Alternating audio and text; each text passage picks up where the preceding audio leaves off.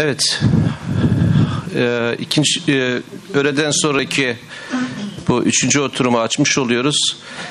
Halihazırda 2 tane oturumumuz var ama bir oturum sunucumuz daha gelene kadar biraz değerlendirme yapma mahiyetinde, bir giriş değerlendirmesi mahiyetinde vaktinizi almış olacağım. Doğrusu faizi konuşuyoruz. Bir parça bu faize ilişkin ekonomik etkisini, ekonomi üzerindeki önemini falan ifade edecek birkaç bir şey burada ifade etmek isterim kendi adıma. İçinde bulunduğumuz dünyada hali hazırda dünya GDP'si 80 trilyon dolar civarındadır. 80 trilyon doların biraz üzerindedir. Bütün bir yıl boyunca bütün dünyadaki üretim faaliyetinin sonucunda üretilmiş olan mal ve hizmetlerin toplam değeri 80 trilyonu biraz üzerindeki bir düzeydedir. Ancak toplam varlık değeri, yani bütün likit varlıkların piyasa değeri, toplam değeri yaklaşık birkaç tane farklı tasnif biçimi var. Biraz daha genişçesini aldığımızda yaklaşık 270 trilyon dolar civarındadır. Yani burada ulaşmaya çalıştığımız şey toplam dünya GDP'sinin 3 katından fazla piyasada, dünya piyasasında dolaşan bir likit varlık var. Ve bunun çok büyük bir kısmı esas itibariyle faiz ve faize dayalı olan enstrümanlardır. Yani faizin dünya üzerindeki oluşturmuş olduğu şeye baktığımızda, nüfuz ettiği, etki ettiği alana bakıldığında hiç küçümsenmeyecek bir nispi ağırlığının olduğunu öncelikle ifade etmek lazım. Bunu tespit etmek lazım. Böyle bir dünyanın içinde yaşıyoruz. Şu an içinde bulunduğumuz dünyadaki manzara böyle bir manzara arz ediyor. Bir diğer husus, bu dünyaya ilişkin küçük bir tespit mahiyetinde arz etmek istediğim bir olgu. Bir diğer husus, 80 sonrası birçok işte Dünya Bankası, IMF öncülüğünde birçok ülke neoliberal ekonomi politikaları ekseninde bir politika tercihinde bulunmuş oldu. Bu neoliberal ekonomi politikasının ortaya koymuş olduğu Türkiye'deki uygulamanın alanlarından bir tanesi esas itibariyle yüksek döviz kuru, yüksek faiz oranı, düşük döviz kuru uygulaması diyeceğimiz bir uygulama alanının ortaya çıkmasına yol açmış oldu.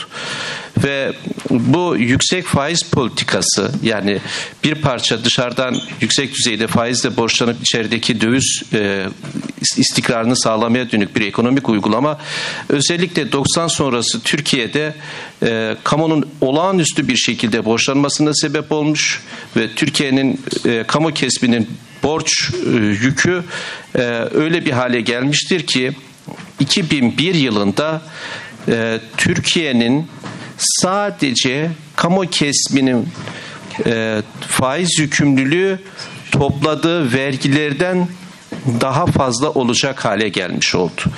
Dolayısıyla devletin kendi borç yükünün gereği olarak ödemekle yükümlü olduğu faizler topladığı vergilerden daha yüksek olacak bir 2001 yılındaki olağanüstü bir sürece ulaşmış olduk.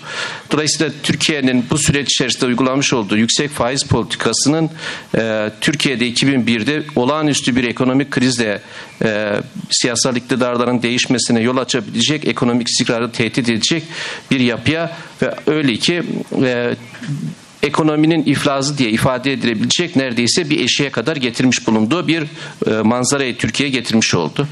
Ve 2002 sonrası AK Parti ile beraber borçlanmadan daha çok vergiyi tercih edecek, vergiyi borçlanmaya ikame edecek bir uygulamayla Türkiye'nin yeniden bir ekonomik istikrar sağlayarak görece daha istikrarlı faizlerin düştüğü ve daha istikrarlı olan bir ekonomik manzaranın ortaya çıktığı, ekonominin ortaya çıkmasına yol açmış oldu. Dolayısıyla bu faizin konuşulmuş olduğu bu tartışma ortamında bu küçük 2 tane tespiti yaparak bu oturumu açmayı arzu etmek istedim. Bu arada da ikinci konuşmacımız bu oturum için gelmiş oldu. Biz 2 tane oturumumuz var. Profesör Hamza ile başlayacağız ve her bir konuşmacımıza 20'şer dakika, bir önceki oturumlarda olduğu gibi, ve müzakerecilerimize de 10'ar dakika olacak şekilde bir zaman tahdit etmiş olacağız. Ve ilk konuşmayı Hamza Bey'e tevdi ediyorum. Time is yours.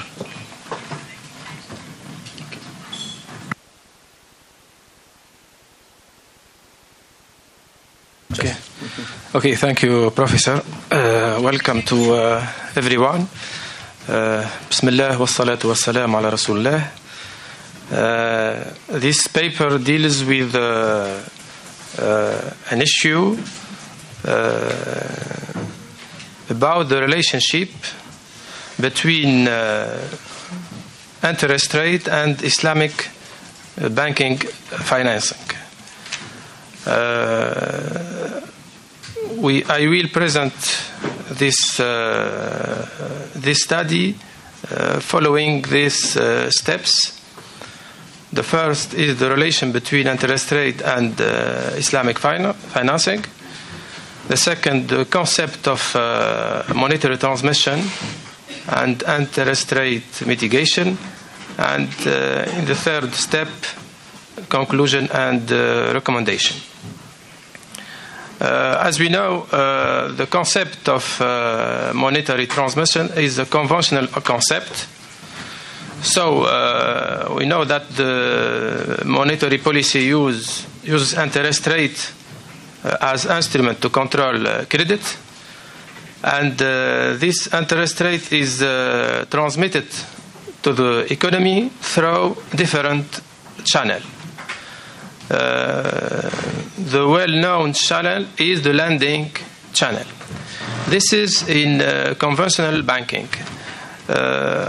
Our idea in this paper is to treat this relation, but in the Islamic context.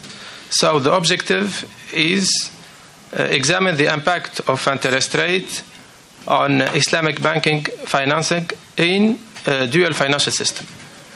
I mean by, or in the literature, the dual banking system is the presence of both banking, conventional and Islamic banking. So in this environment, we found 2 types of banks, Islamic and conventional bank, with domination of conventional bank. Both are competing, but with different ethical background.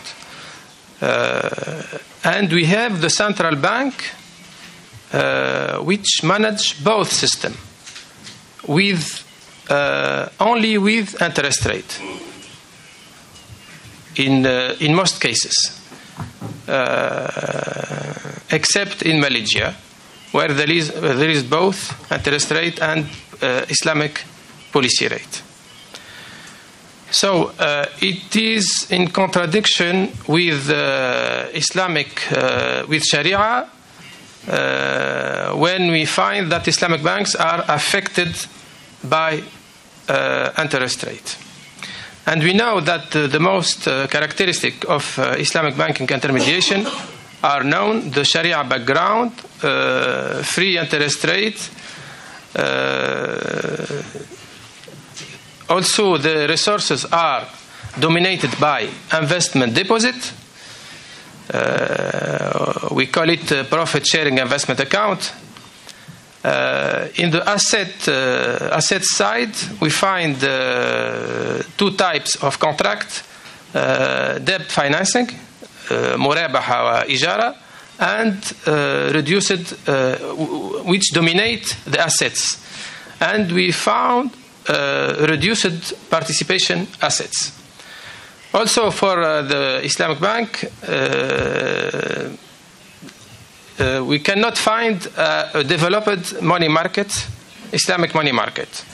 And there is no benchmarking pricing for their product.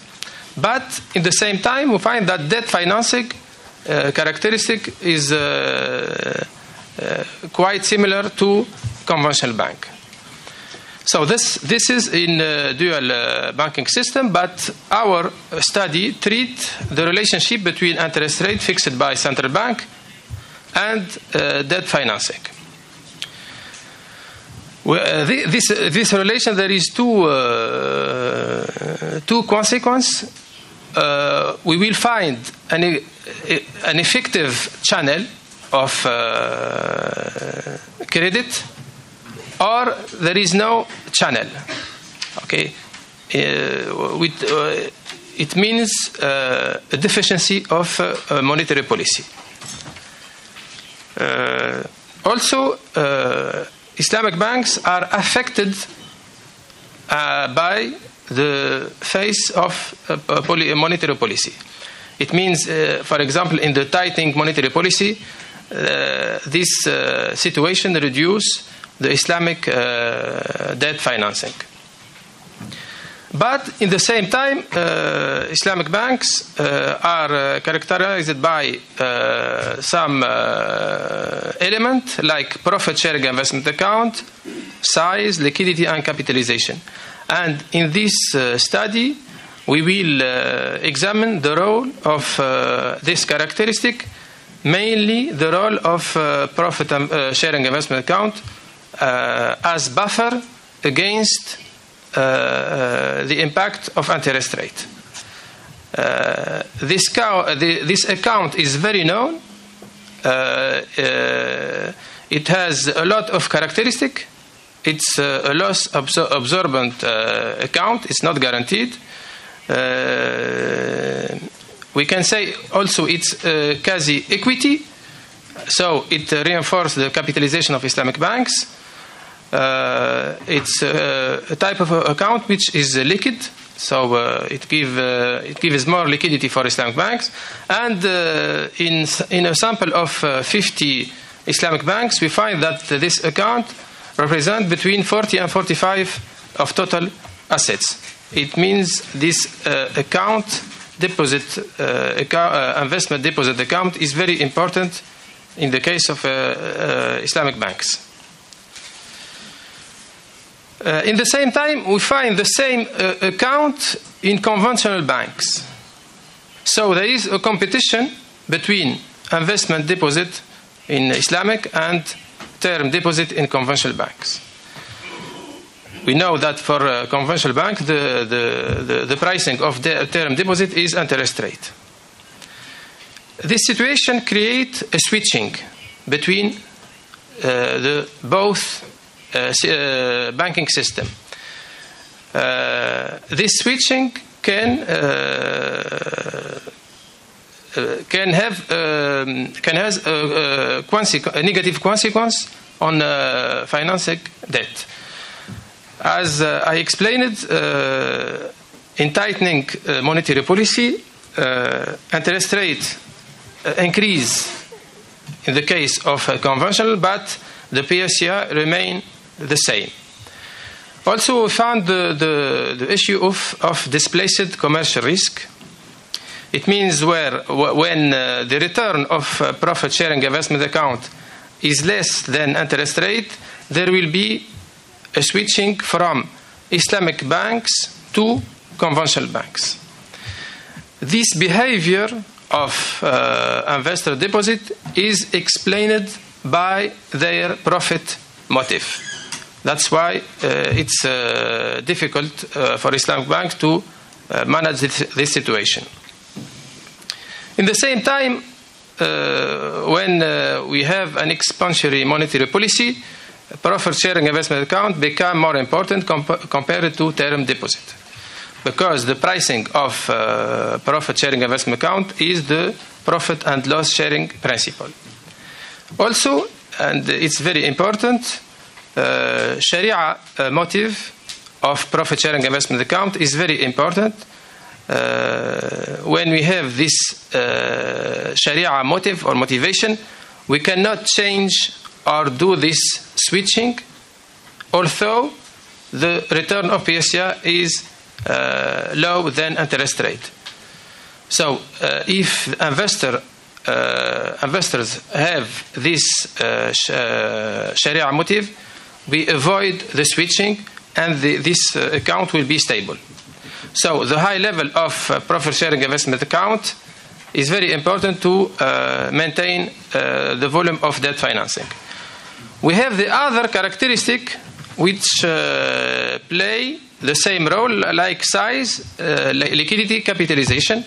If the level is important, we can have a buffer against interest rate, of course. So our research is based on three questions. Does monetary policy conventional influence Islamic banking through debt financing? The second, the role played by profit sharing investment account and the characteristic of Islamic banks. It means size, capitalization, and liquidity, able to maintain an optimal level of debt financing.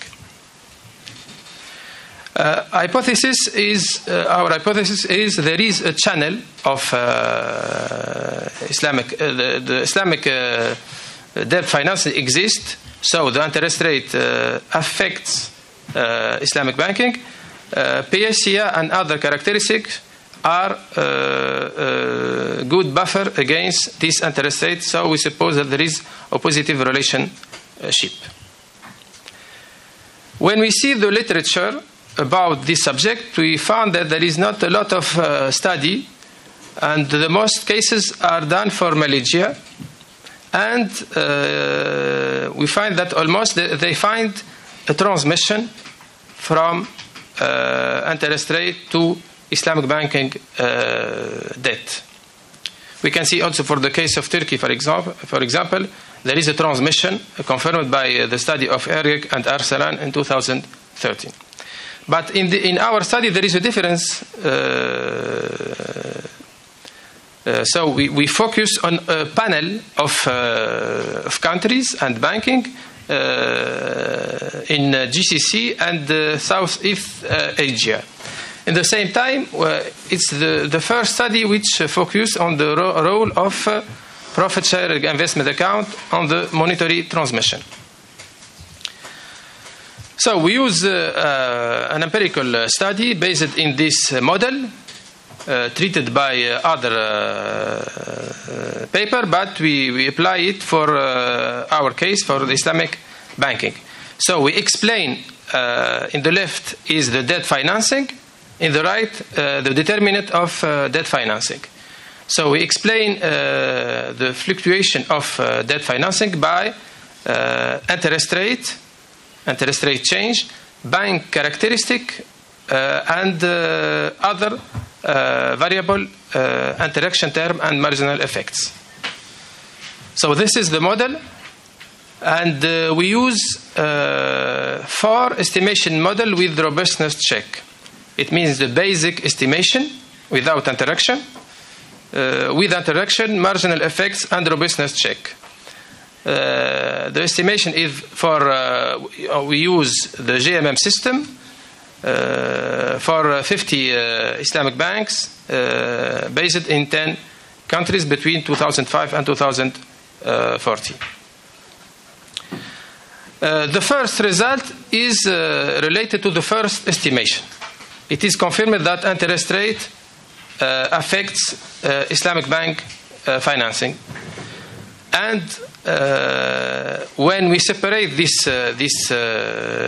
policy, monetary policy, in restrictive or expansionary monetary policy, we found the same results existing of debt financing channel of monetary policy.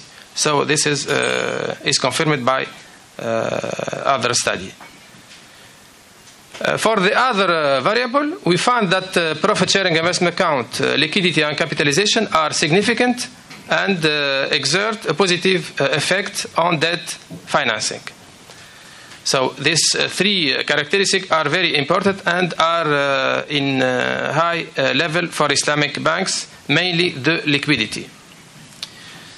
For the interaction, it is important to understand the impact of interest rate through other variables. So we choose the other variables and we apply the estimation.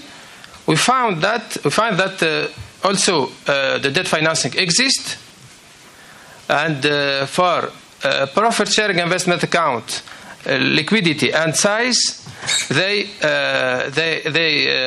are a buffer against the interest rate, but for a high level. So if we have a high level of profit sharing investment account, liquidity and size, it will decrease the effect of interest rate. So this is the second. This is the third estimation, but through specification of marginal effect, the results are the same and confirm the existing of channel of debt financing. So the relationship is positive between deposit and debt financing. Same thing for liquidity, and we found their coefficient are significant and positive. And we can say that the debt channel is weakened or completely mitigated for banks operating with high level of liquidity and PSIA growth. Size also is very important. We found that large banks have the capacity to reduce the effect of interest rate on their debt financing. It's not the case for small bank, in which we found there is a channel of debt financing. For the capitalization and market structure, there is no contribution in the process of transmission. The fourth estimation through robustness check. In this case, we do a redefinition of interaction term, and by specifying a level, median, and fourth quartile of each interacted variable. It means interacted variable between monetary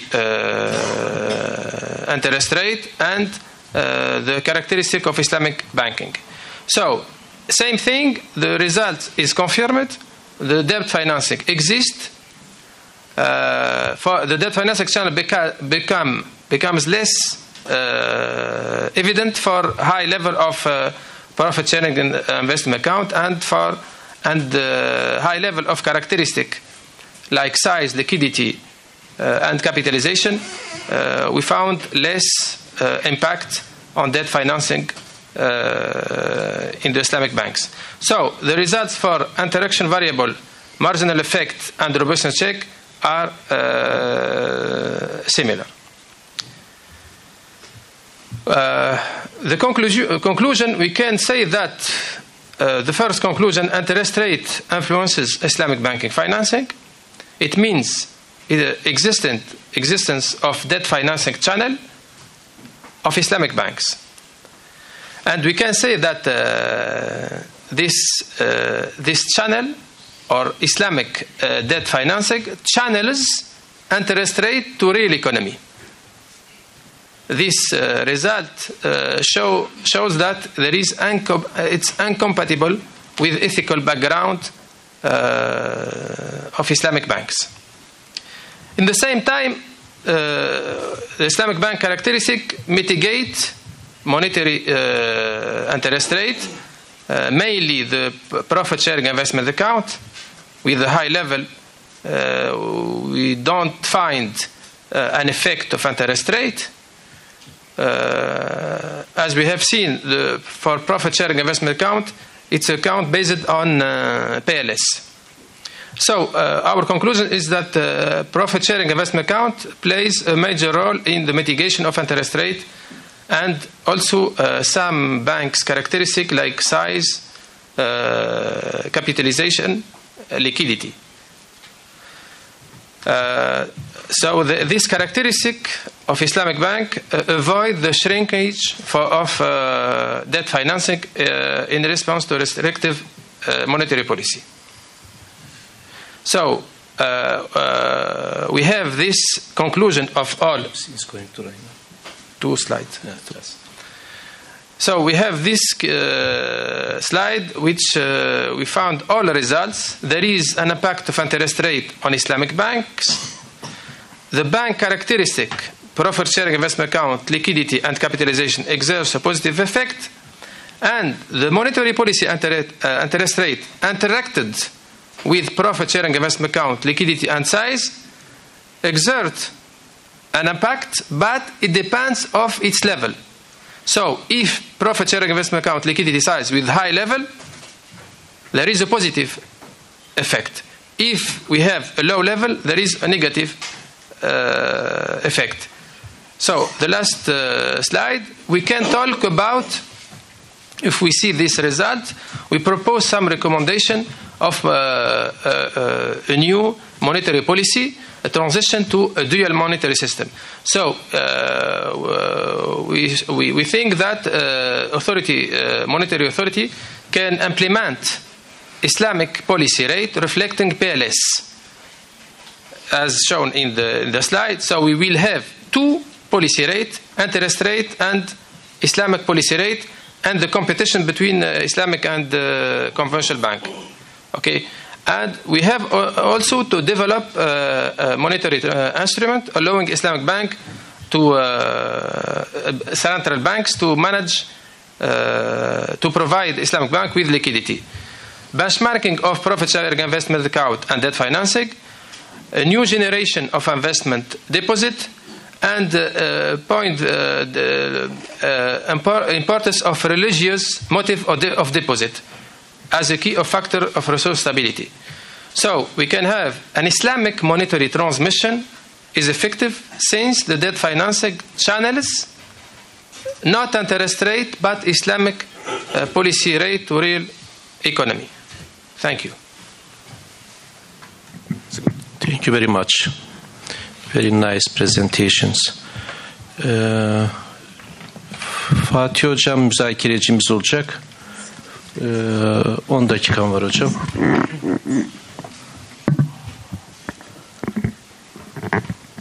Bismillahirrahmanirrahim.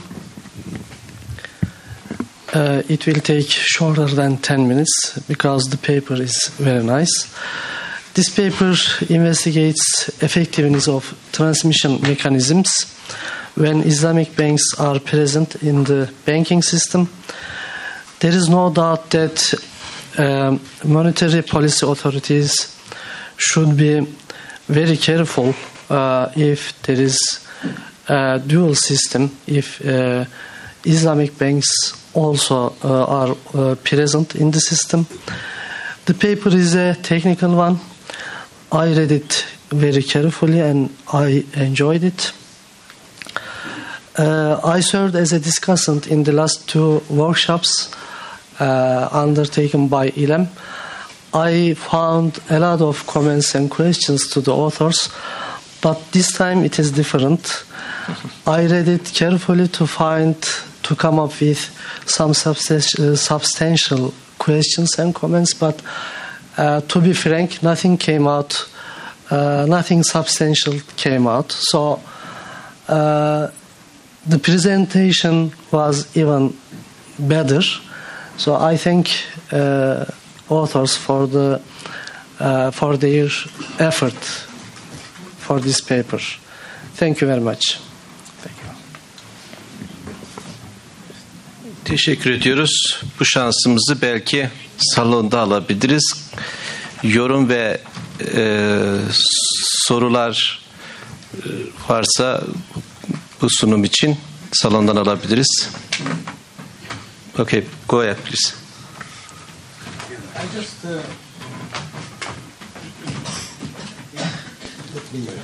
Yes, thank you very much.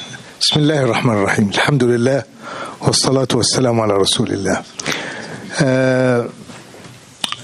It looks like your paper shows a great deal of convergence between Islamic and conventional banks.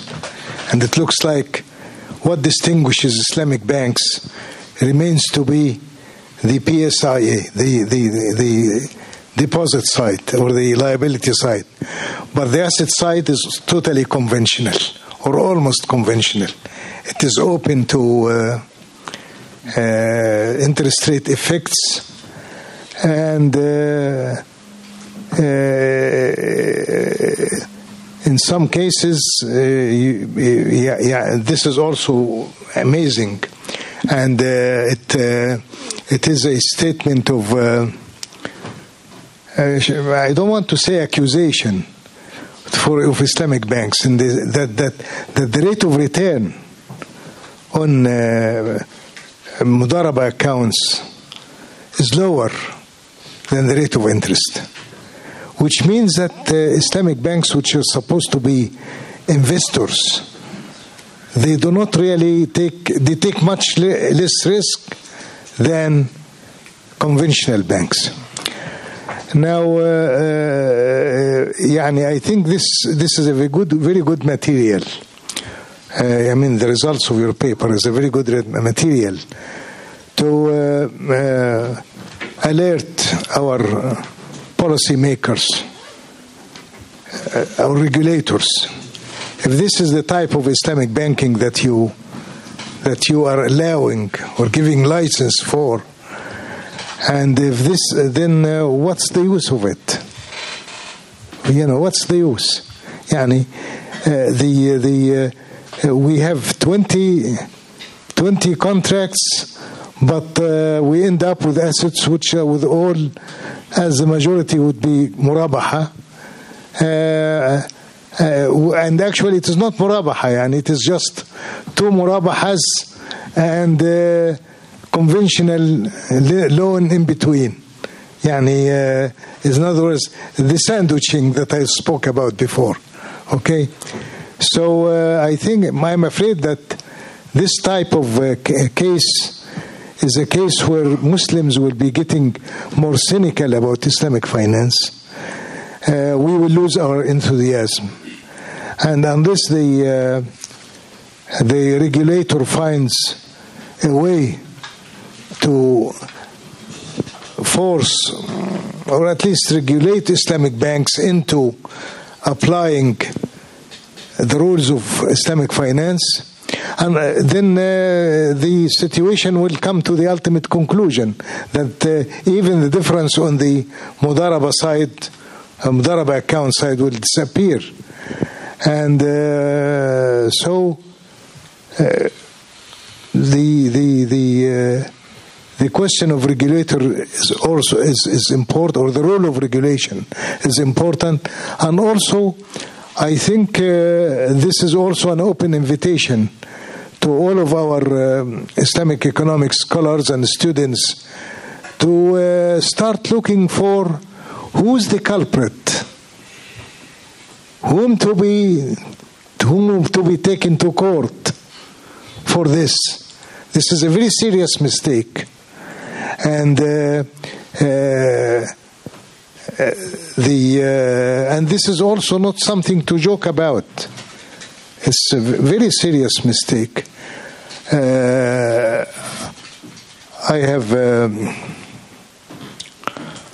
have written a paper about Islamic finance as a crossroad. Of course, my topic was convergence, and of course I put the responsibility on Sharia boards, first of all, on Islamic bankers also next, but the most important responsibility should lie on the regulators. That regulators should realize that without stepping in, Islamic finance will just evaporate. Thank you very much. We just the results of this study show that Islamic banks are affected by interest rate. Yeah. It means they have to change. First, there is a change at the level of central banking to define a new Islamic policy rate. It's very important.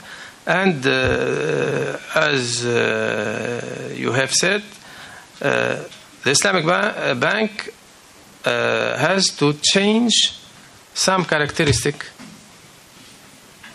linked to their debt financing, which is very similar to credit.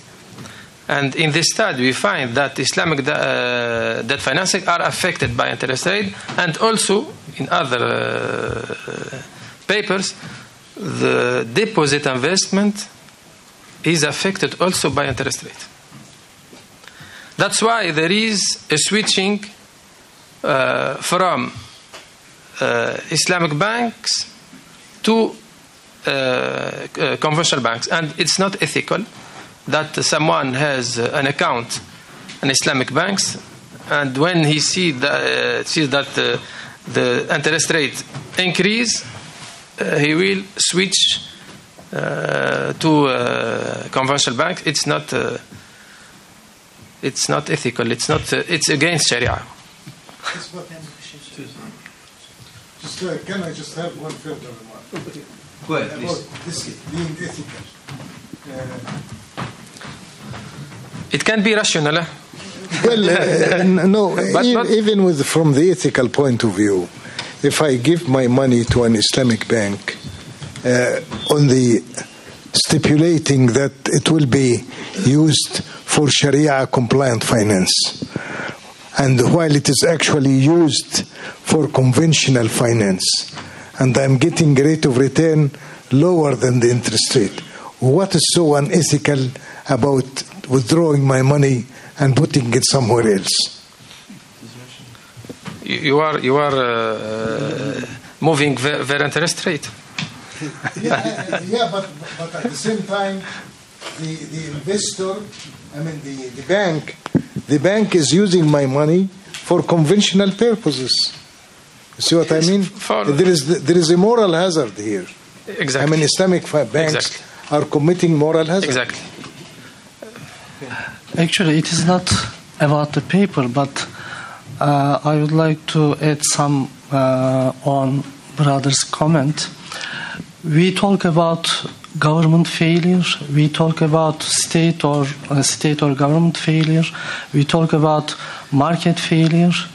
If things go on like this, in the near future, we will be talking about the failure of Islamic banking or Islamic finance in general. The size of Islamic finance is very small, and countries such as Malaysia, which has very big size in Islamic in financial system, the size is shrinking in Malaysia as well.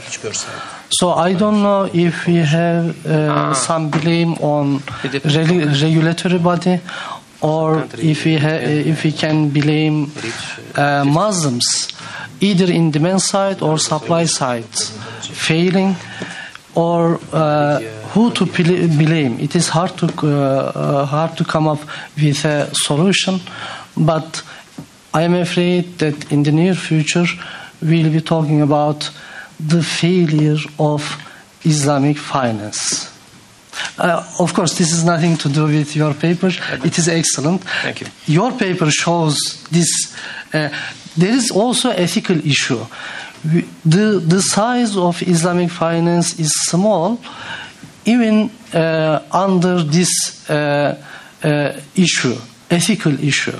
So we don't follow ethical rules, and still the size is very small. So convergence is very big problem, and we have to find a solution. Thank you. Teşekkürler. Servet Hocam da bir soru soracak. Yani başka da soru almayalım mümkünse. Ben kısa bir katkı ve bir sorum olacak.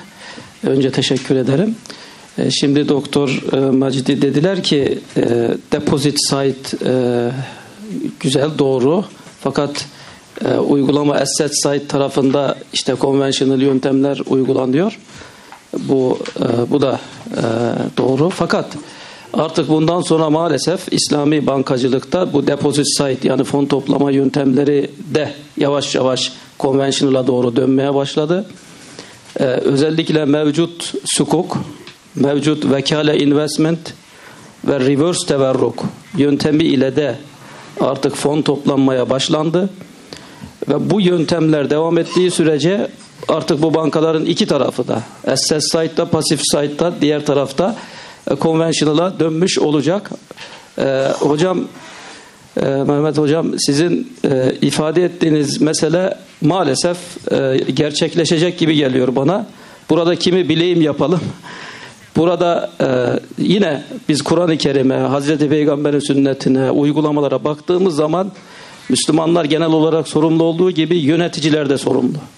Yani Peygamberimiz bizzat kendisi o günkü o sıkıntılarda faiz kuralını koymuş ve uygulamış.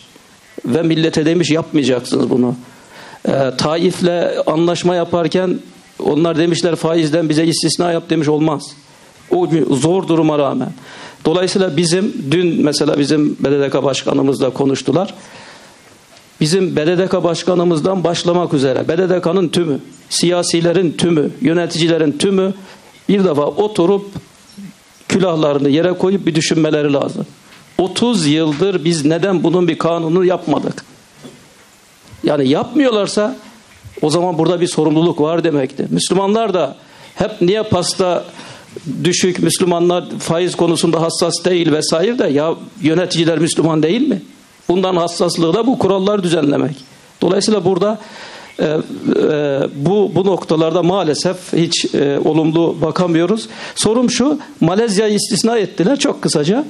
Malezya'daki bu yöntem peki nasıl ki istisna ettiniz? Merkez Bankası ile bankalar arası işlemlerde. Okay, thank you. Of course, there is an exception for Malaysia, and we mentioned this in the paper, because in Malaysia they have this system. Negara Bank, the central bank of Malaysia, have an Islamic policy rate and an interest rate. And I think when we talk about interest free, it's too early to talk about this solution. This country are not able to move directly where this system. I think the intermediation step is a dual banking system, and we let the competition between both. We cannot exclude the interest rate in one step. I think that there is two factors. Competition can legitimate the contradiction of Islamic Bank.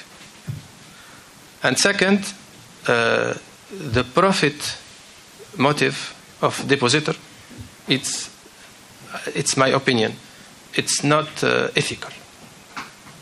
When there is a profit, okay, I keep my fund. When there is a loss, I change the bank. So the second one is we can say the religiosity. Okay. So competition, religiosity are very important in this case.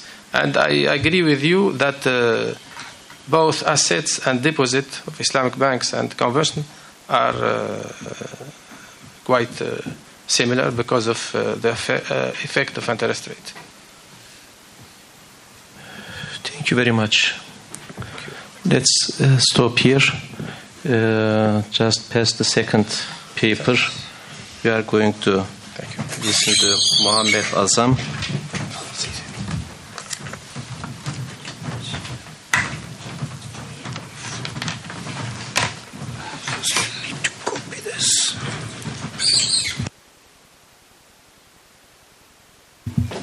Bismillahirrahmanirrahim.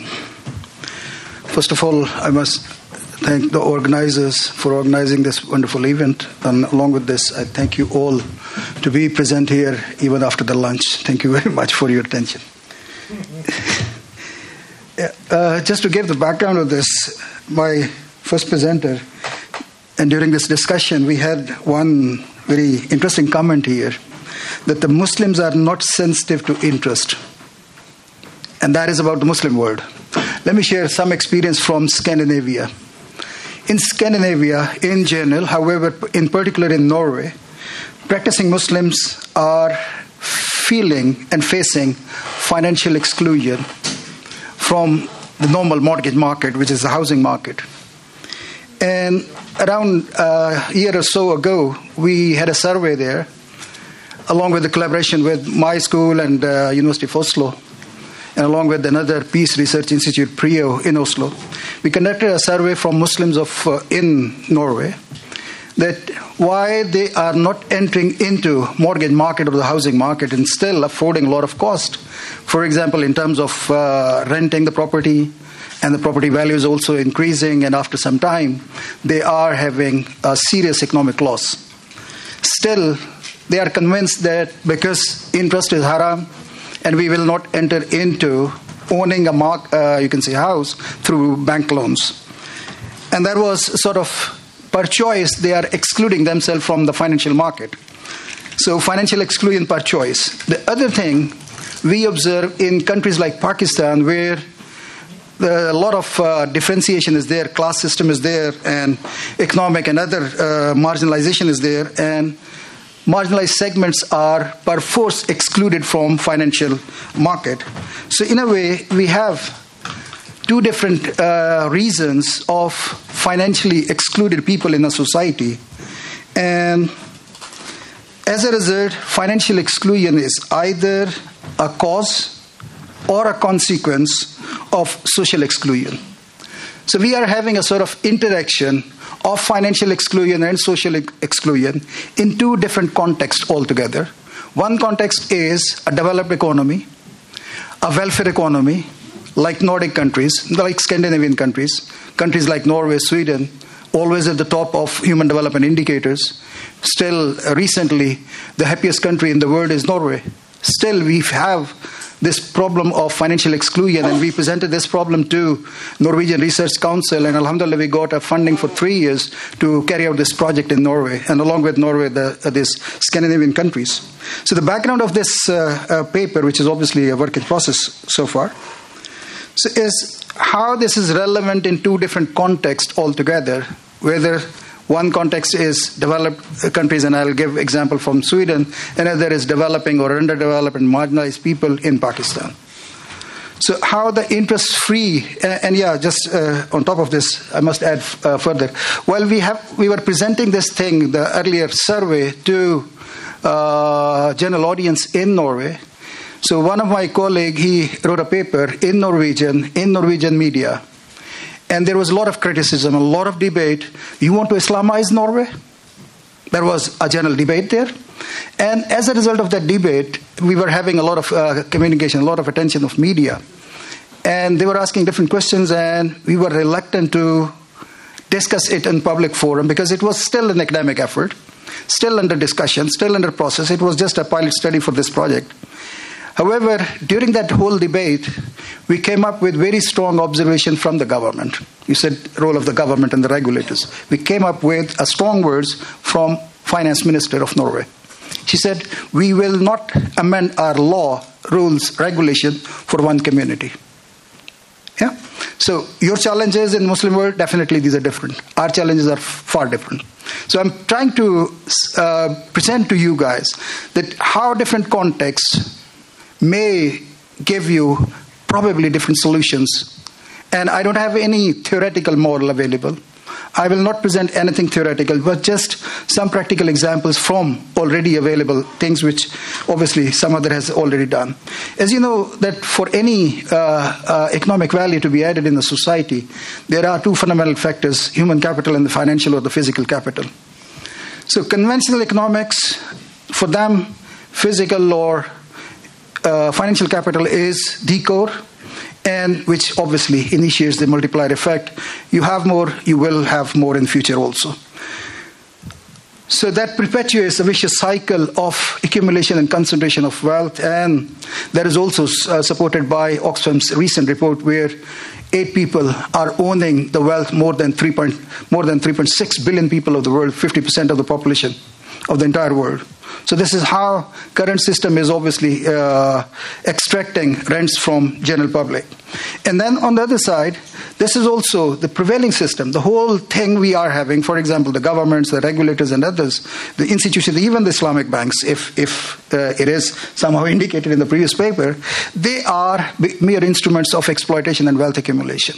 So a lot of studies, we have done this thing for Pakistan, and Hussein is also saying it for Pakistan, that institutions are also supporting this whole economic system is also supporting this accumulation issue.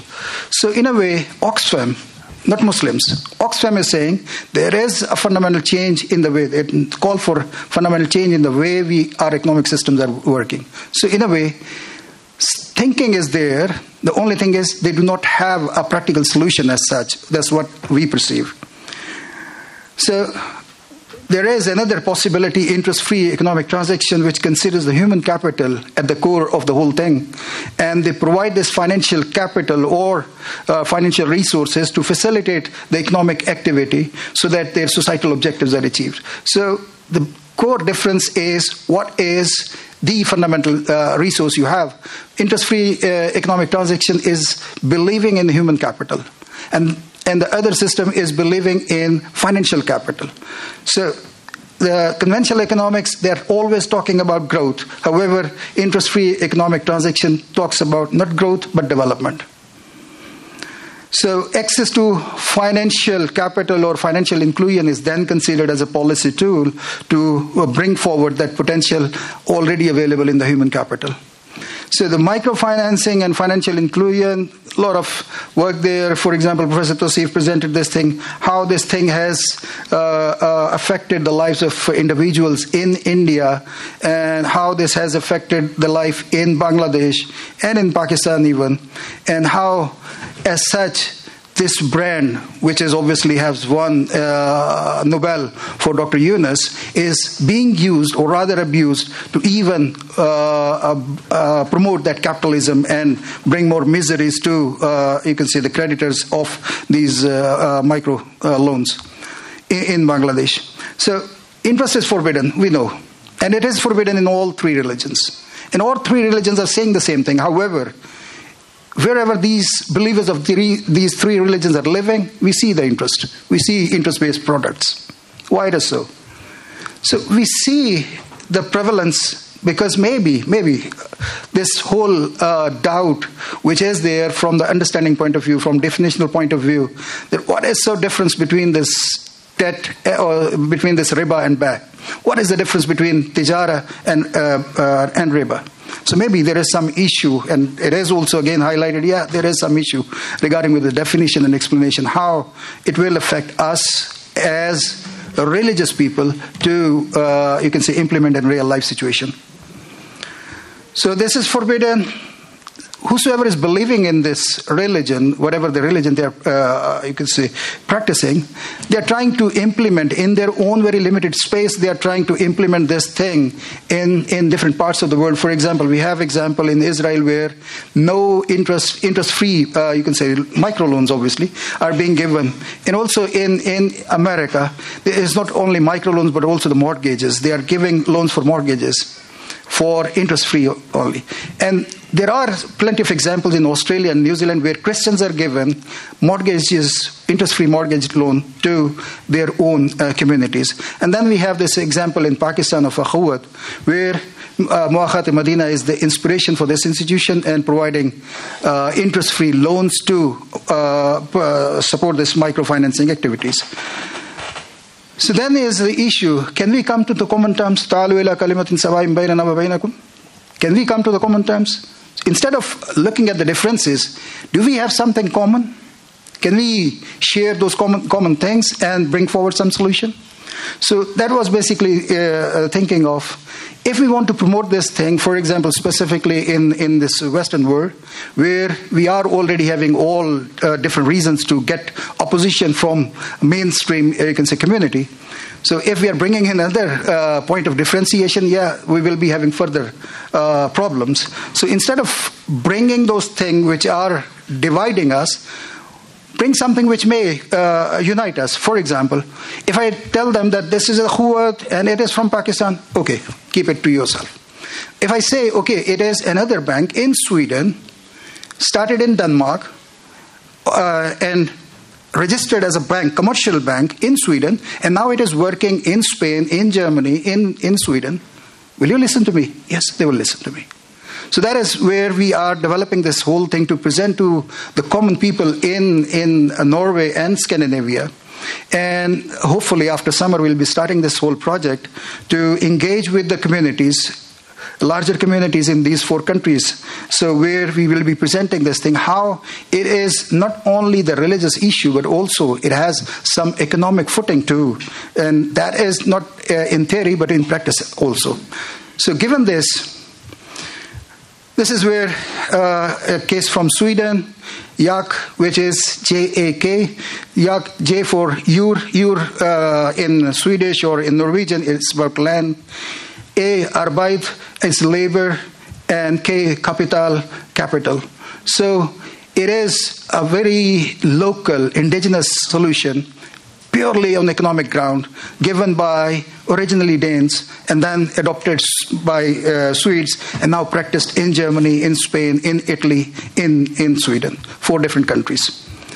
So first, Akhuwat, inspired by, I said, Mu'akhat Madina, based on principles of social justice. In 2001, it was introduced in Pakistan, a country of 200 million people, obviously having a lot of disparities.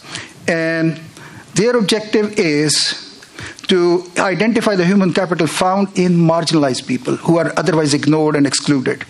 So identify some skill they have and the capital they need, provide them guidance, and provide them the capital. They are not only providers of the capital, but also they train them, they support them, they empower them, and they give a sort of decision-making authority to them that this is your money, do your business. And also, along with this, they do not have any repayment period right away. They will not ask you to pay in this and this much time period. It's up to you to decide how much I can pay back. So, in a way, voluntarism is basically their objective. And what they want to have is to convert those, first to link haves to the have-nots, and end of the period, they are converting those have-nots into haves. So that is their objectives, so that the borrowers, the takers, are becoming the donors or the givers in future. So that is their whole system that they're working, and they're really working on a very lean organizational structure where the cost is too low.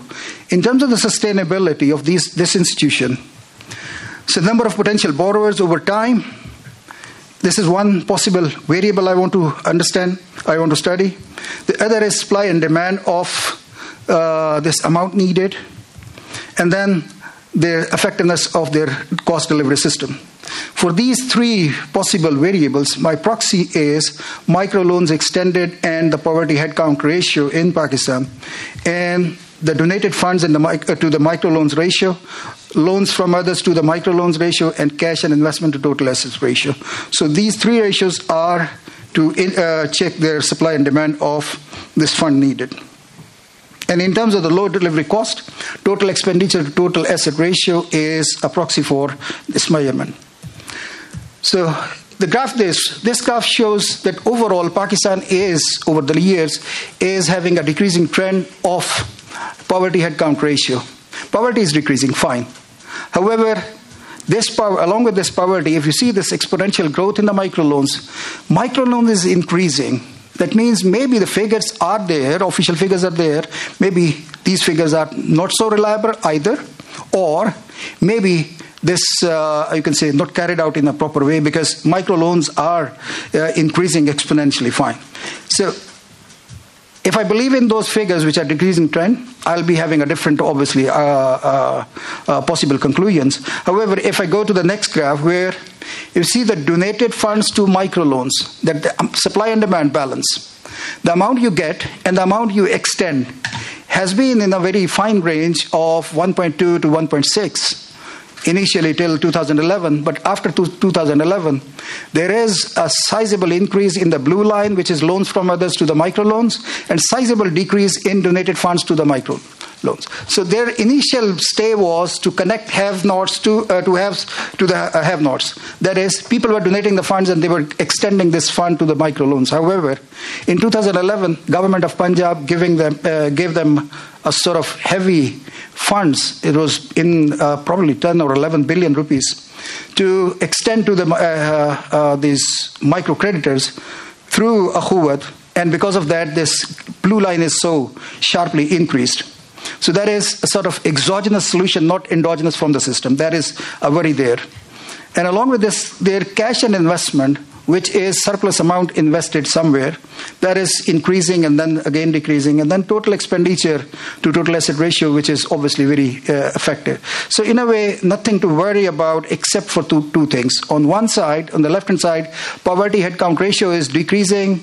In terms of their customers, it's a sign of a negative sign. However, it's a very good sign because in line with their policy objective, there should be social equity and poverty should not be there.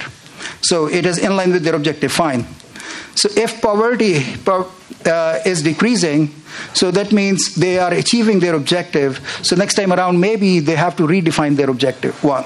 Second, if, for example, government next time around is not providing them loans, not providing them this funds to give as a micro loan, what will happen to all these expansions? So in a way, their sustainability challenge is supply of funds which were initially considered as a donated fund, not the government-sponsored funds, one. Second is, are they serving across the whole Pakistan? No, they are not serving. They are trying to, but they are not serving. So wherever they are not present, if they extend their services, maybe that left-hand side graph they can tackle. However, on the right-hand side, they need to still consider this issue of donated funds. So in terms of the Yak Members Bank, the other case study from Sweden, it all started after the Great Depression of 1930s when everybody was in deep trouble. And the farmers in Denmark, they created their own currency. They created their own currency and provided interest-free loan to each other. And when the word spread and the government acted immediately and made them to replace that currency with their Danish kroners, and they complied. They complied. And I emphasize they complied. Whatever the opposition you have from the government, be positive, comply positively, and still maintain your existence. That is the way to work in societies or in systems where you are not the major operator. So this success story traveled, and it was registered in Sweden in 1965, and in 1997 they got a full member bank license and as a commercial bank. However, the members for initial 25 years, total members were 3,500 only. But now the members are quite sizably increased, and 38,000 members now they are having a license of commercial bank in Sweden, in Italy, in Germany, in Spain. 4 different countries, they are operating as interest-free provider of mortgages. Interestingly, their funds deposit, they are also interest-free. So that is, each member is not only their customer, but also the depositor. So they are having a supply, endogenous supply of funds from their members. So growth in number of members, supply and demand of deposits, and the funds, and the low-cost delivery system. Again, the 3 possible variables, the proxies, and the graph. So the growth rate, interestingly, the growth rate of members is 6.85% compound growth rate over all these years. And the population rate, growth rate in Sweden is 0.81% only. Population growth rate in Europe, 0.25% only. And the members' growth rate is 6.8, approximately 7%. So this means the idea is traveling to general public at large, and they are not religious people. They don't advocate this thing on religious grounds, only economic grounds. So, in a way, potential is there, even if people are not religious. And also, if you see, for example, this middle graph, the first one, deposit to total asset ratio, that is each and every asset they are owning, it is financed through their own endogenous deposits. They are not depending on the government and other things. And along with this, they are maintaining a relatively effective cost delivery system, which is effective in terms of a commercial bank. However, in terms of free or interest-free product, it is relatively costly. And another issue, possible issue, is their loans to total asset ratio. That is relatively low. So in a way, they are having a surplus deposits, which they are now investing in different assets, which is not interest-free. That is another danger. So there is the green graph there is the surplus amount they are having. They are investing in interest-bearing products. And that is where they are defeating themselves. That is, they are advocating that we are against interest as on economic principles, and still they are investing in their surplus funds in interest-based securities. So, and that is also not, you can say, very old phenomena. Last few years, when they are having this issue of relatively lesser public loans. So, financial inclusion is very much needed and realized, but certain very strong believers, whether on the religious ground or pure economic grounds, instead of discussing all these theoretical models and theoretical, you can say, debates, they put forward, this is the humble solution I have, let me practice it in my own domain. And you know, this Akhuwat started with only mere 10,000 rupees, Pakistani rupees, and now it is worth of approximately like 15 billion or so. So you start whatever the solution you have, demonstrate to the world that it is practical, and you can do it in whether it is, for example, in social objective of charity, as my senior fellow has already said. Interest-free product is always for charity. I have demonstrated this, saying no. Interest-free financing can be charity, for example, Akhuwat. If I want to say it, label it as a charity. It could also be for mortgage and commercial purposes like Yak Bank. So interest-free for commercial purposes is also there in the organization. Both organizations are building their member base, developing their, you can say, customer base, clientele base. And they are also facing the challenges as any other organization is having. However, the main thing is they have demonstrated over the years, over the decades, they have demonstrated that this model is robust. It is able to respond to the dynamic changes in the market, in their environment around them, and even the regulators. They have responded positively, and they have responded positively and provided a positive solution to the community which they're serving. So with these words, I conclude and thank you for your patience. So, thanks to Professor Muhammad Azeem. It was very nice presentation. Times to for Serhan Yıldırım. Here the discusser of the hymn.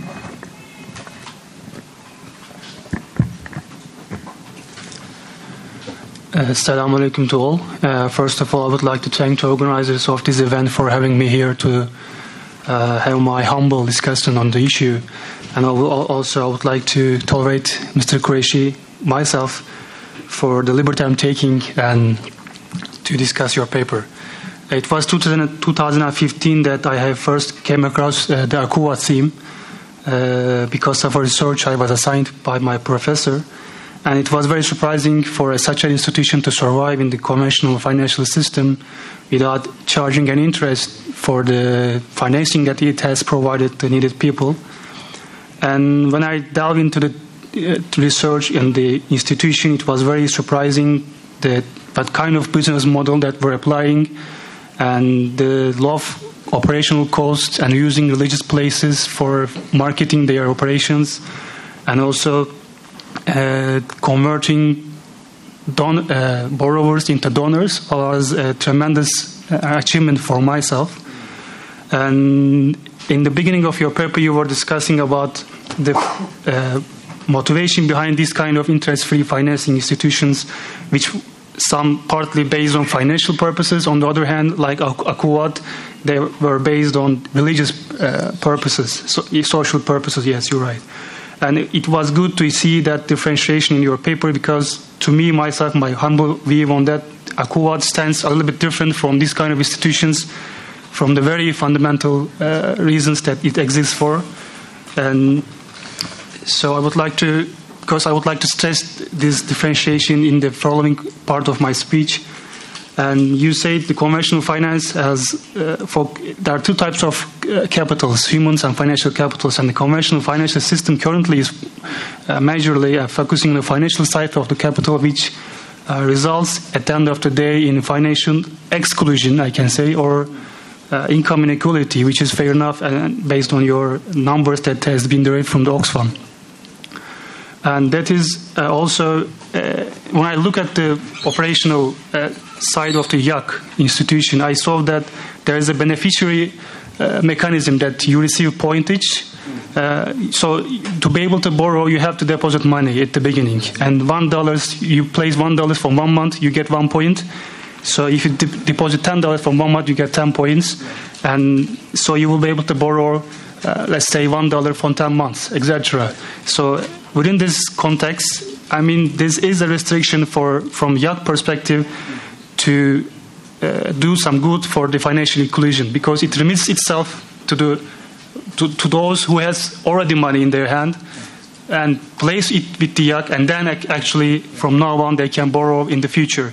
So maybe in terms of financial inclusion, it may not generate the same effect as the Akuvat do, from my perspective, of course. So that could be a difference, maybe a view that could be maybe embedded in the paper. And there were some institutions that you have mentioned based in America, Israel, Australia, New Zealand. I had a look on all of these institutions, and they were good examples. But even though they have a restricted purpose of financing, mortgages, special products like durable goods, or some specific financing for education, etc.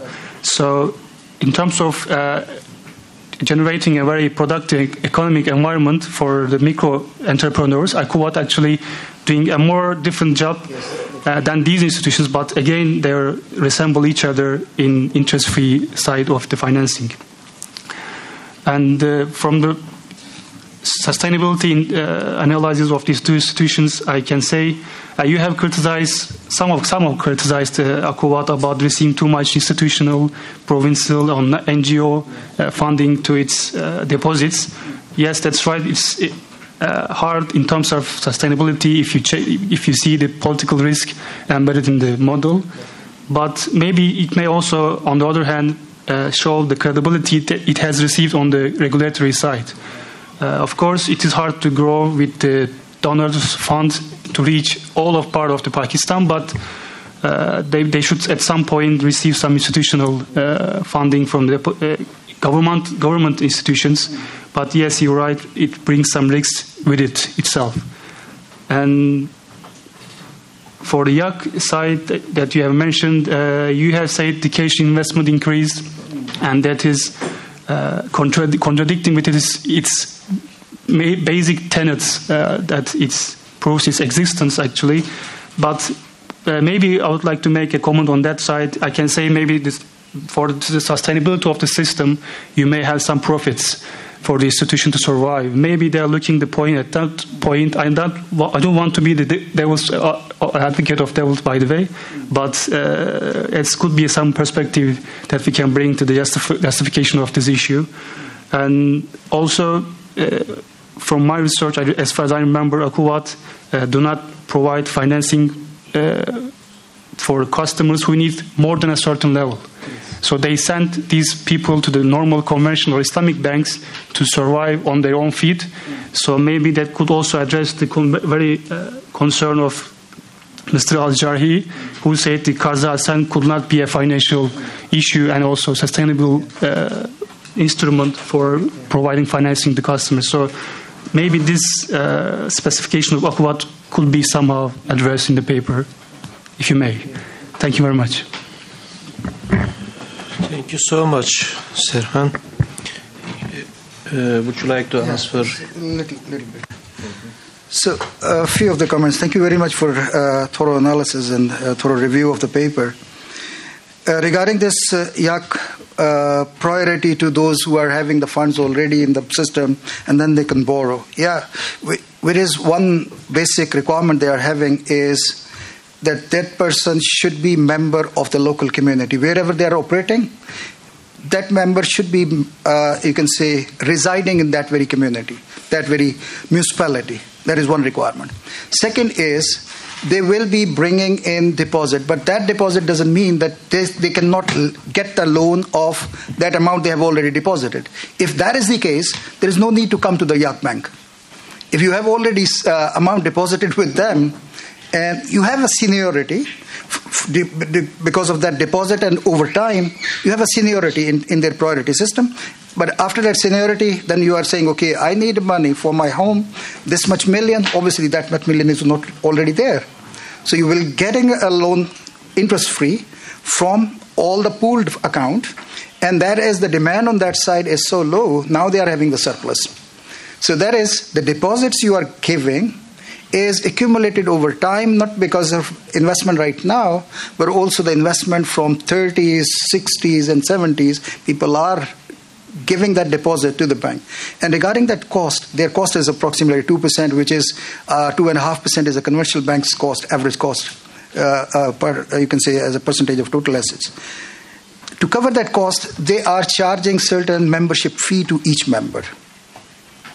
So that membership fee is covering. So they should not bother about the cost if they're already getting this thing financed through their members.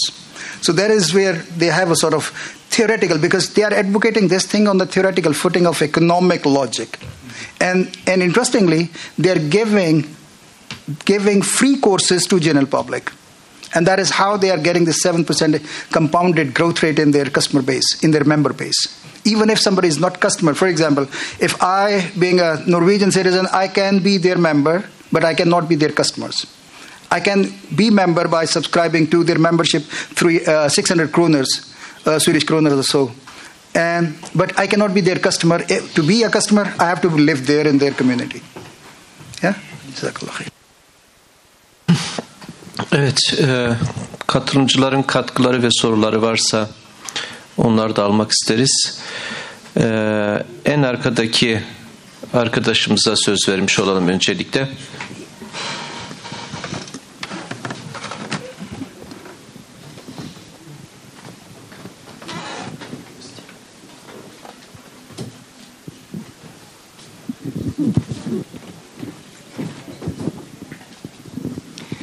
Teşekkür ederim. Adım Ayşe Özek. Az bir bekle Ayşe istersen. Tamam. Kulaklığını, tamam. Ayşe Özek. İstanbul İktisad'dan mezunum. Lisans olarak İslam hukukunda da doktora yapıyorum. Ben önemli gördüğüm birkaç hususa dikkat çekmek istiyorum. Yani genel ve özelde. Özelde katılım bankaları ile ilgili bir şey söylemek istiyorum. Katılım bankalarının payının, yani pastadaki payının düşük olduğu ve bunun artırılamadığından bahsedildi. Ve bununla ilgili olarak gerekçe de konvansiyonel bankaların tercih edilmesi. Yani kişiler tarafından, Müslüman ya da değil, konvansiyonel bankaların tercih edilmesi olarak söylendi. Ben buna çok katılmıyorum. Çünkü İslami hassasiyeti olan insanlar bence İslami bankaların üretmiş olduğu finansal ürünlere güvenmiyor. Neden? Çünkü bu finansal ürünler faiz açısından mahsurlar içeriyor. Yani ben güvenmediklerini düşünüyorum Müslümanların. Yani finansal kesime. Bundan dolayı payının düşük olduğunu düşünüyorum. Bu bir. İkincisi faiz İslam'ın en temel yasağından bir tanesi. Haram kılınmış, bunda zaten kimse tartışmıyor. Fakat alternatif ne yapabiliriz diye söyleniyor. Faizin alternatifi olamaz. Çünkü faiz zararlı bir unsur, bunun kaldırılması gerekiyor.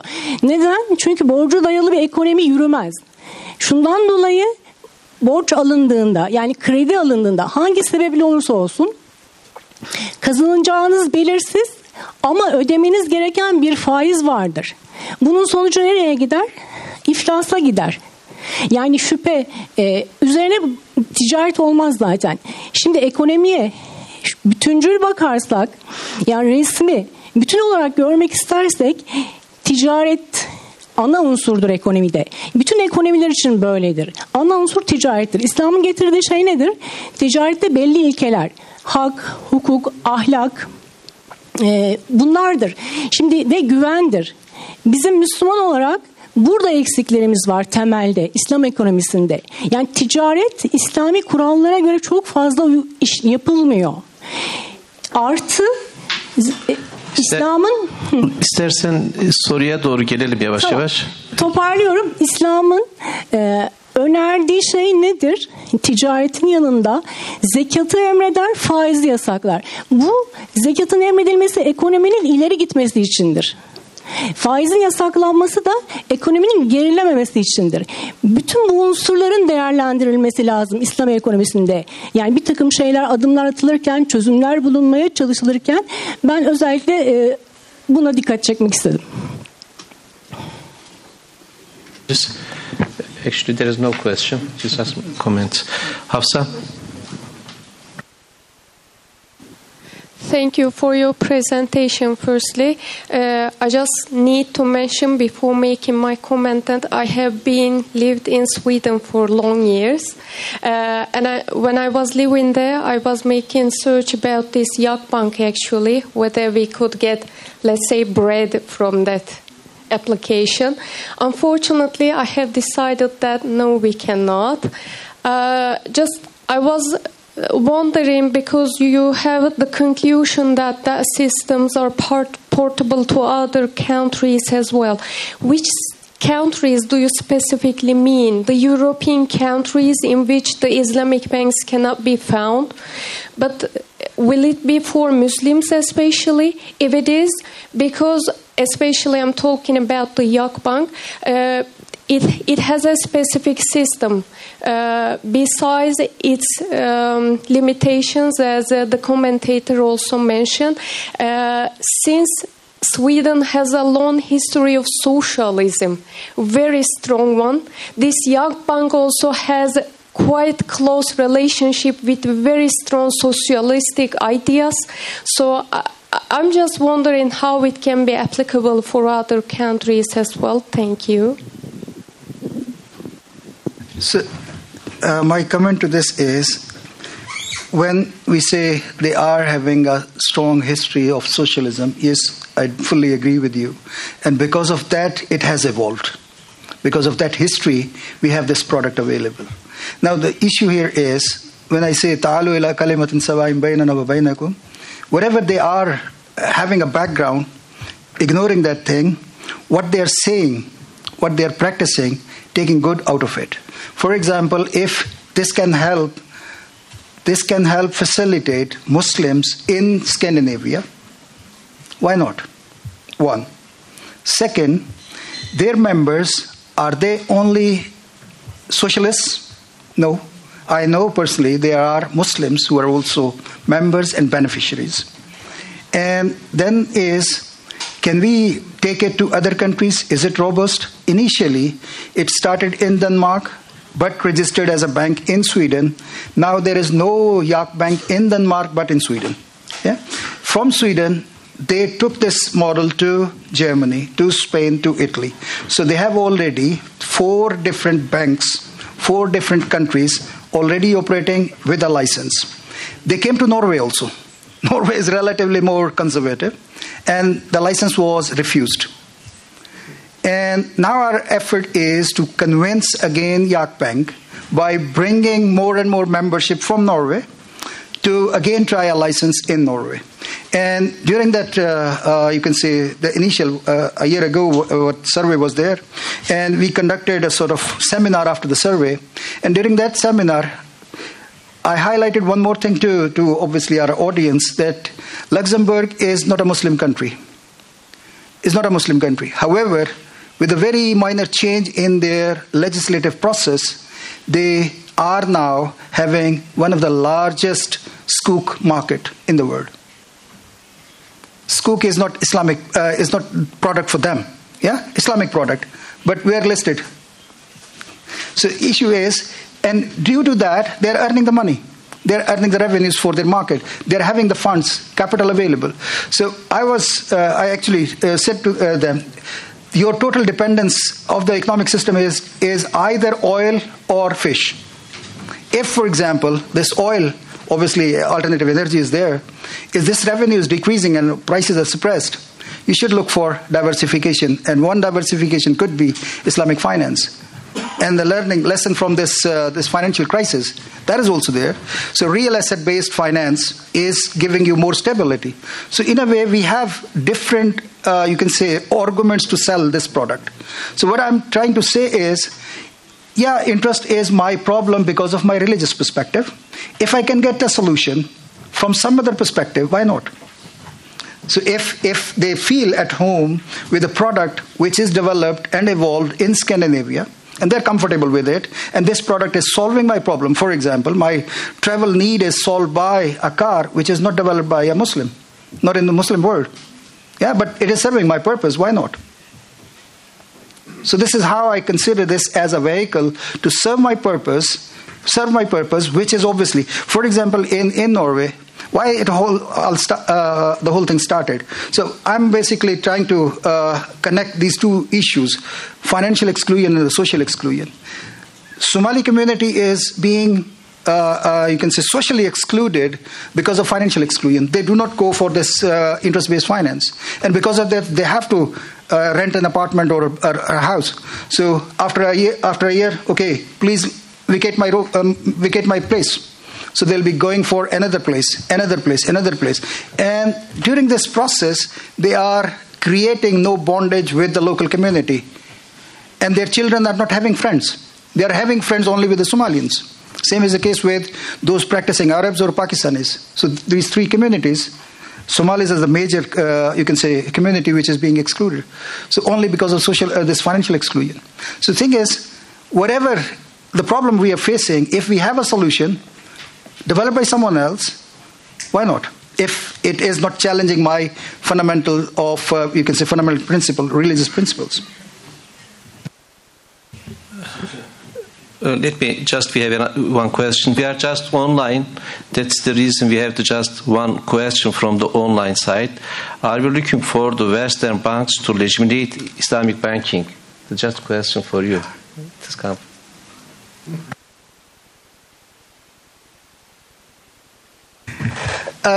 First of all, this Yak Bank is you can say, developed in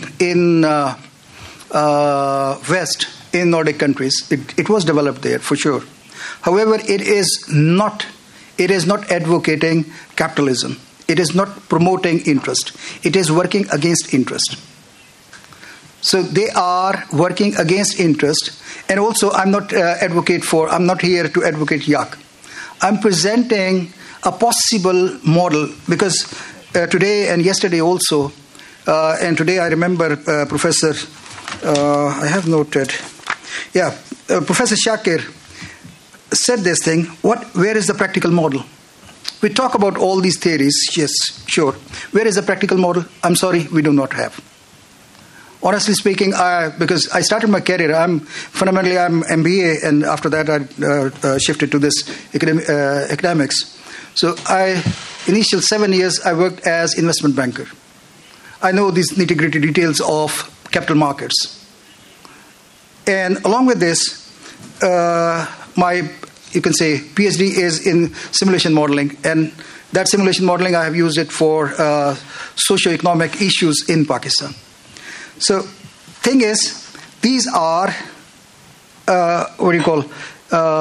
issues which are so-called Islamic or Muslim, concerning Muslims only. If we consider this thing only the problem of a Muslim, and we try to solve it with whatever the solution we have, or if we do not have the solution, so afford it and just say we have a problem. If our problem could be solved from any other solution available in any other society, why not? What is the harm? I'm not legitimizing, you can say, Islamic banking through this Western examples. No, I'm trying to offer a possible practical solution. Take it or leave it as it is, one, or take it, amend it for your context, and use it for your purpose. That is another possibility. Third possibility is, no, ignore it, do whatever we are doing. So it's up to us to decide whether we take it as it is or leave it. Or we just leave it and live with our problems. However, as a pragmatic, you can say, practitioner in the market, I have discussed this issue with the community in Oslo, and with obviously some of the academics who are interested to work together with us, and obviously they are not Muslims, that can we solve this problem of social exclusion, because their objective is Norway should be a happy country. Yeah. So if a community is not happy, can we solve their problem with some solution? And that is the objective. We want to solve that problem which Muslims are facing, if possible through this, maybe yak or similar. And just I want to share another possible, because while doing so, we try to introduce an endogenous solution from the Muslim community. We registered a company to provide Islamic finance, initially for car financing and later to the house finance. I was also part of that whole process. I initiated that whole process. It took us 3 to 4 years total to convince first the community, and then to create a legal entity, to bring required capital. But we miserably failed to generate required capital, because the capital requirement is quite high. And then when you do not have a capacity to provide a solution, then what else you have is, if there is any other solution available in the market, maybe that is useful. So we are gradually trying to solve a practical problem at hand, which is, because of our religious belief, whatever the tool possible available, we are trying to use it.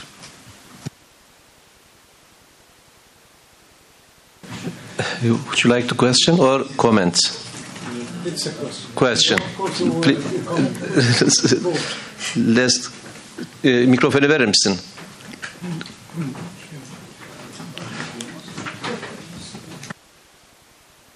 بسم الله الرحمن الرحيم الحمد لله رب العالمين والصلاة والسلام على أشرف المرسلين سيدنا محمد وعلى آله وصحبه أجمعين.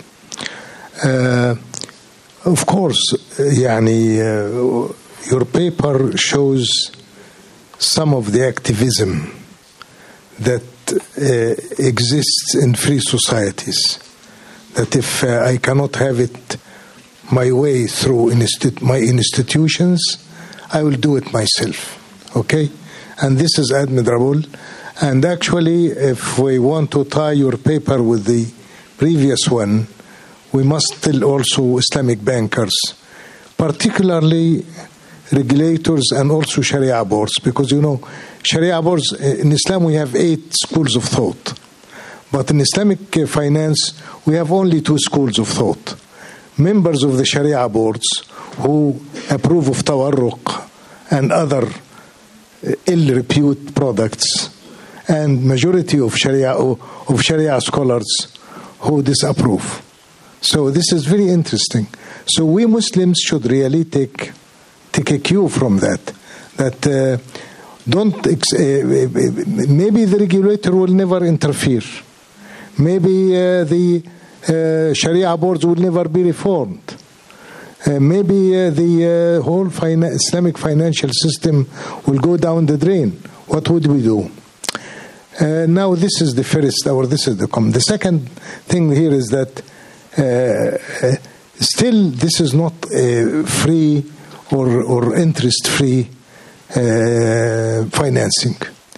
Because you see, the cost of finance here, it is covered through voluntary deposit, voluntary or involuntary. I have seen the 2 cases. And also through other charity, in other words, membership, and maybe other help from other sources and so on. Of course, I can call it low-cost finance, and it is made for mutual purposes on the basis of membership and so on. It's not for everybody, etc. It's a completely different concept, but it's an alternative. And given the free to make institutions in the environment, the freedom, and giving also the sort of activism that you find in religious society, in free societies. You cannot find that in Egypt, for example, because once you make an organization like that, you will be accused of maybe treason or something like that. So this is, I just want to say that we shouldn't really carry it too far to say this is charity. It is not charity, but we shouldn't also discount it to the extent that it is not an alternative. It could be an alternative. Thank you very much. Bitirelim. Doğrusu yani araya ait zamanı da kullanır hale geldik. İsterseniz burada bitirelim. Çok kısa bir... O zaman soru mu yoksa... Doktora yaptığını belirten bir arkadaş biraz keskin bir şeyler söyledi. Birkaç cümle söylemekte yarar görüyorum. İsterseniz genç arkadaşımıza kahve esnasında baş başa sizi yanınıza. Herkesi ilgilendiren bir şey. Kimseden bir ses çıkmadı.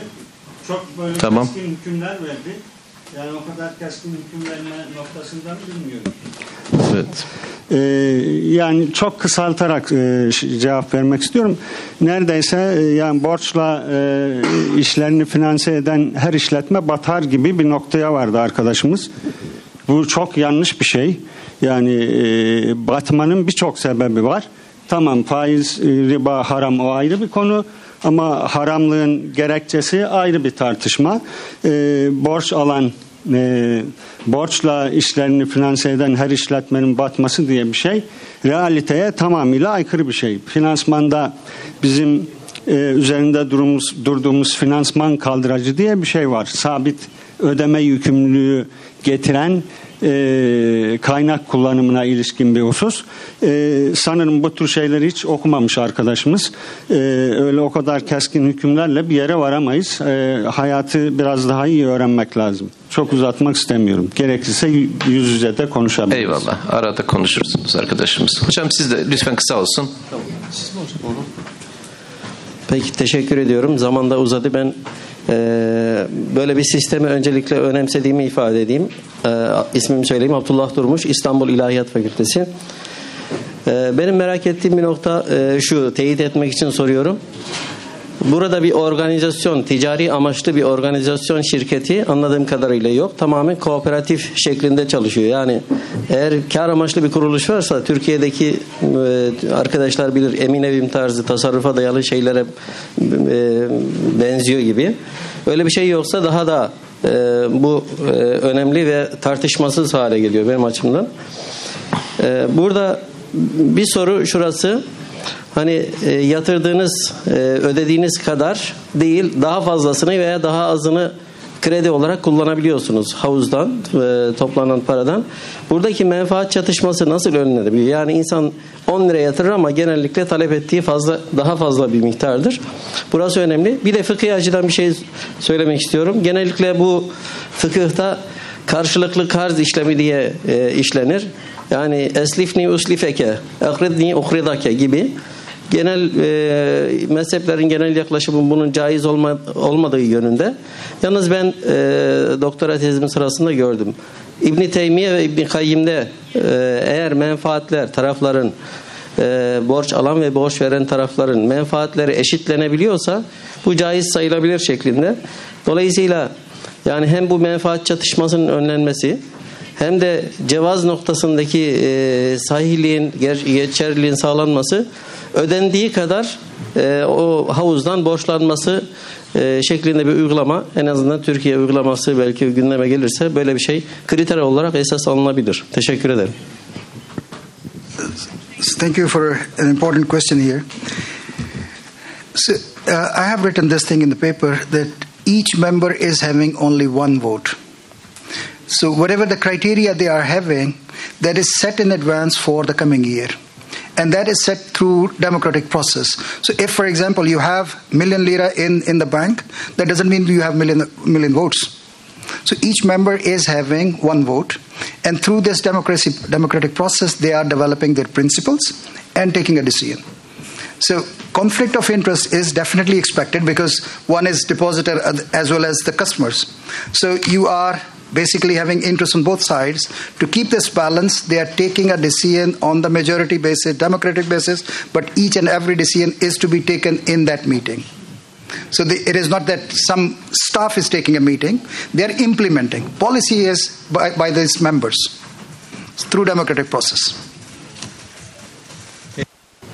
Çok teşekkür ediyoruz hem konuşmacılara hem müzakerecilere. Bu oturumu burada kapatmış olalım.